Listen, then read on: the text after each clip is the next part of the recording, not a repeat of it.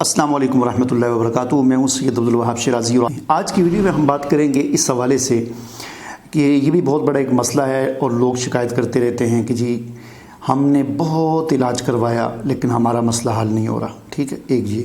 اور ایک یہ کہ اکثر لوگ مجھ سے یہ سوال کرتے رہتے ہیں کہ آپ ہمیں کسی صحیح عامل کا جو ہے وہ پتہ بتا دیں، اس کا ایڈریس بتا دیں، فون نمبر بتا دیں، ہمیں پوائنٹ آؤٹ کر دیں کہ فلاں عامل جو ہے وہ صحیح ہے اور ہم اس سے جا کر علاج کروائیں۔ دیکھیں، اس حوالے سے میں آپ کو ایک بنیادی رہنمائی آپ کو دینا چاہتا ہوں۔ پہلی بات تو یہ ہے کہ دیکھیں، صحیح عامل جو ہے عامل اصل وہی ہے کہ جو عامل دین ہے، ٹھیک ہے نا، عامل قرآن ہے۔ اصل عامل وہ ہے کہ جو عامل دین ہے اور عامل قرآن ہے، یعنی جو قرآن اور سنت پر اور دین پر عمل کرنے والا ہے وہی اصل ہے۔ اب اکثر جو لوگ اس قسم کے جو بیٹھے ہوتے ہیں علاج معالجے کے روحانیت کے نام پر اور جادو جنات کے علاج کے نام پر، وہ اکثر ایسے ہوتے ہیں کہ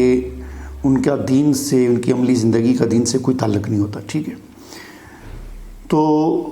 دوسری بات یہ کہ جو صحیح عامل ہوگا، جو واقعتاً متقی پرہیزگار ہوگا، نیک ہوگا، اللہ والا ہوگا، وہ کبھی اس قسم کے اشتہارات جو ہے وہ نہیں دے گا کہ جس طرح کے عام طور پر ہمیں ملتے ہیں کہ جی آپ بڑے بڑے اشتہار لگائے ہوتے ہیں، ہم سے استخارہ کروائیں اور ہم سے یہ کروائیں اور ہم یہ کریں گے فلاں، جیسا کہ آپ دیکھتے رہتے ہیں اس پر ٹی وی چینلز پر بھی آتے ہیں، یوٹیوب چینلز پر بھی آتے ہیں، اخبارات میں بھی آتے ہیں۔ اگر آپ کو صحیح عامل یعنی صحیح معالج، عامل کے لفظ کو چھوڑیں، صحیح معالج اگر آپ کو نہیں ملا یا نہیں مل رہا یا ملا ہے لیکن آپ کا علاج نہیں ہو رہا، تو اس صورت میں آپ کیا کریں؟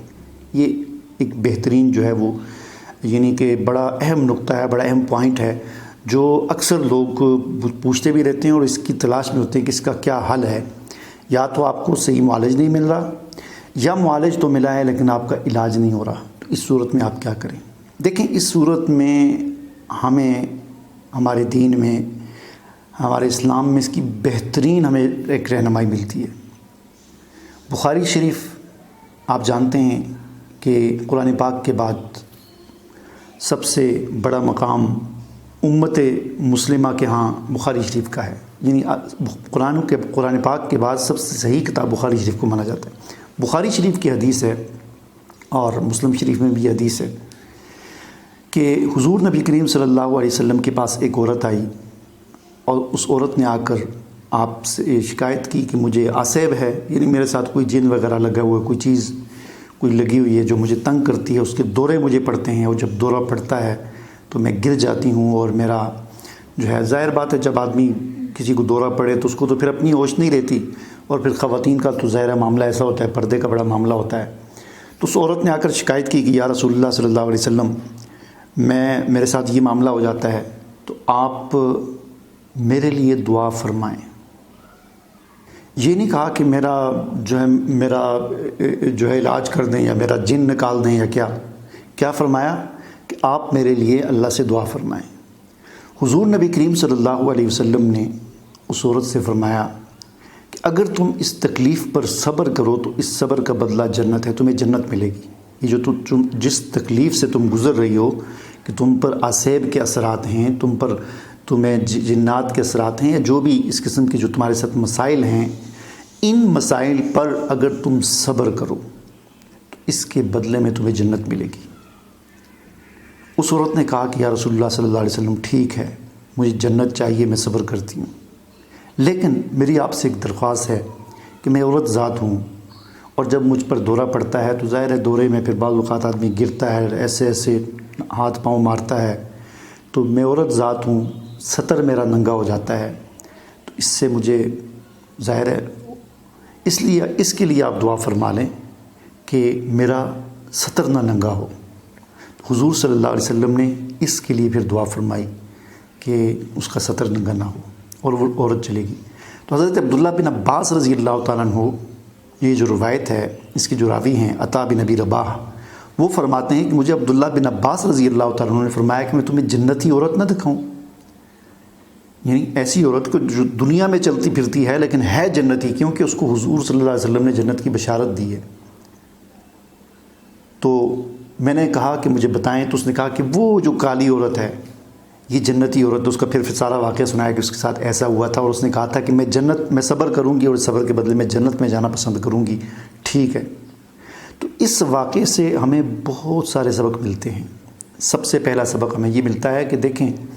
بیماری کا علاج کروانا بھی سنت ہے. علاج ضرور کروائیں لیکن غلط طریقے سے علاج نہ کروائیں. نجومیوں کے پاس نہ جائیں، کاہنوں کے پاس نہ جائیں. اور یہ جو عامل بن کے بیٹھے ہوئے ہیں جو دعوت دیتے ہیں کہ آپ آئیں ہمارے پاس علاج کروانے کے لیے، بڑے بڑے اشتہار بنا کر لگاتے ہیں، ایسے لوگوں کے پاس نہ جائیں. ہاں، آپ کو کوئی ایسا اللہ والا نظر آتا ہے کہ جو واقعتاً متقی پرہیزگار ہے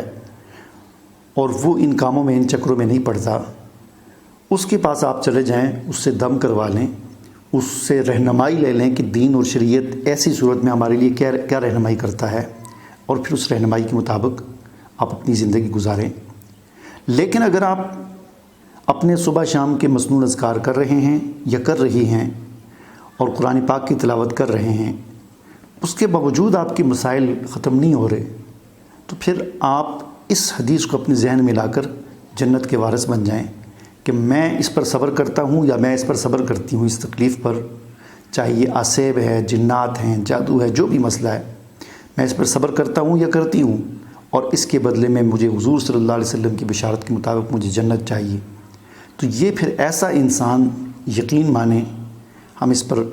یعنی اللہ کے رسول صلی اللہ علیہ وسلم کے ارشاد پر ہمیں